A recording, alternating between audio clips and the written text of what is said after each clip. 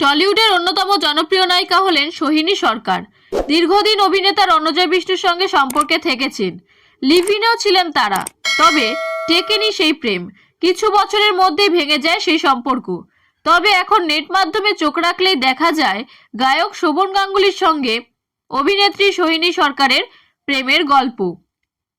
সমাজ মাধ্যমে গায়ক শোভন গঙ্গোপাধ্যায়ের সঙ্গে সোহিনীর বাগদানের চর্চা এখন তুঙ্গে।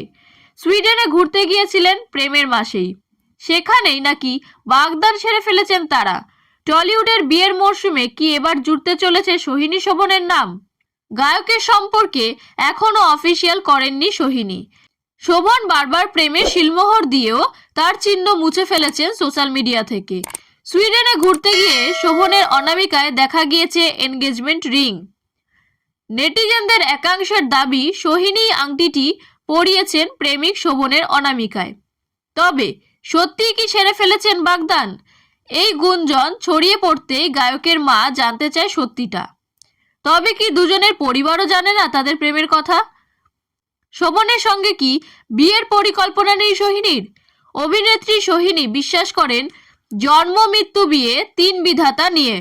তিনি বলেছেন, আমি ঈশ্বরে বিশ্বাসী, নিশ্চয়ই ভালো কিছু হবে। আসলে আমরা ভাবি যে আমরা একা একাই সব করছি, কিন্তু ঈশ্বরের পরিকল্পনা করাই থাকে আমাদের জন্য, আমরা শুধু বাস্তবায়ন করি।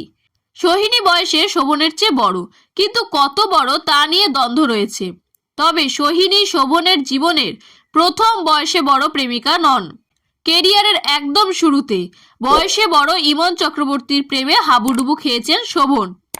দুজনের বয়সের ফারাক বরাবর উঠে এসেছে সংবাদ শিরোনামে। ইমনের চেয়ে বছর চারেকের ছোট ছিলেন শোভন। বয়সে বড় বৌমা মানতে আপত্তি ছিল শোভনের পরিবারের, যা দুজনের সম্পর্ক ভাঙার পেছনে অন্যতম কারণ।